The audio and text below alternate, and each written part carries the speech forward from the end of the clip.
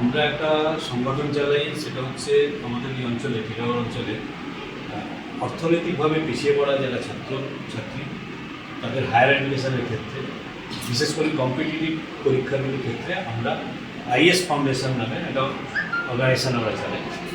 সেই ছাত্রছাত্রীদের বিভিন্ন প্রকার তার পড়াশোনায় সাহায্য করা, শিক্ষকদের রেখে তাদেরকে কীভাবে গাইড করে তারা প্রফেশনাল যে পরীক্ষাগুলো হয় সেই পরীক্ষাগুলোতে যাতে সাকসেস হতে পারে অর্থনৈতিকভাবে পিছিয়ে পড়া ছাত্রছাত্রীরা, এই কাজ আমরা কয়েক বছর ধরে করছি। আর আমরা জানতে পারলাম যে নবোদ্যম খুব সুন্দরভাবে এই পিছিয়ে পড়া ছাত্রছাত্রীদের বা শিক্ষার ক্ষেত্রে আপনারা, এবং বিশেষ করে চিকিৎসার ক্ষেত্রে আপনারাও ইতিমধ্যে আপনি যখন বিস্তারিতভাবে বলছিলেন আমরা শুনছিলাম যে আপনাদের অ্যাম্বুলেন্স চলে এবং আপনারা কীভাবে মানুষের পাশে দাঁড়াচ্ছেন, সেই বিষয়ে আমাদের মধ্যে উপস্থিত আছেন আমাদের নবোদ্যমের সম্পাদক এবং সভাপতি, প্রাক্তন সভাপতি দুজনে উপস্থিত আছেন। আমি প্রথমে সম্পাদক মহাশয়কে বলব যে আপনাদের যে কাজ, আমরা যদিও বিস্তারিতভাবে আপনি বলেছেন, তাও সংক্ষিপ্ত কয়েকটা কথা যদি আপনি বলেন। হ্যাঁ, আমরা নৈবেদ্যমের তরফ থেকে বিগত 3 বছর ধরে নানা রকম সামাজিক কাজ করছি। মূলত দুটি বিষয়ের উপর আমাদের ফোকাস হচ্ছে, একটা হচ্ছে শিক্ষা, আরেকটা হচ্ছে স্বাস্থ্য। তাছাড়াও আমরা কিছু সামাজিক কাজ ছোটোখাটো করে থাকি। যারা ধরুন কী বলবো, মহিলাদের ক্ষমতায়ন দরকার, মহিলারা আর্থিক কিছুটা স্বাধীনতা লাভ করুক, সেই থেকে আমাদের একটা প্রচেষ্টা আছে।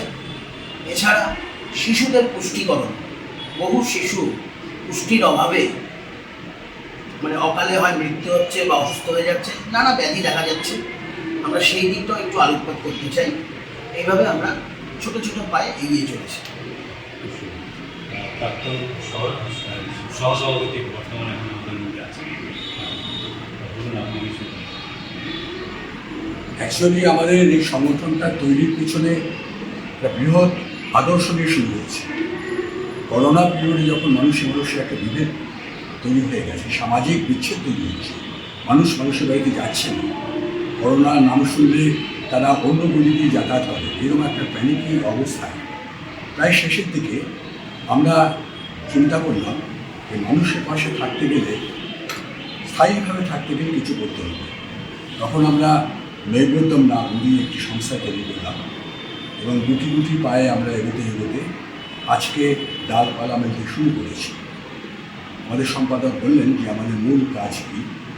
আমরা তার সাথে বিভিন্ন স্কুলে হেলথ চেক আপও শুরু করেছি, হেলথ চেক আপ করছি এবং আমাদের উদ্দেশ্যটাই হচ্ছে সমাজে সুস্থতার সাথে, আমাদের সুস্থতার সাথে যেন ছেলেমেয়েরা বড় হয়। কারণ যেটা উনি বলছিলেন যে এখানে পুষ্টির খুব অভাব, আমরা চেষ্টা করছি বাচ্চাদের সুস্থ পরিবেশের মধ্যে স্বাস্থ্যসম্মতভাবে তাদের বিদ্যা অর্জনের অগ্রসর। ধন্যবাদ।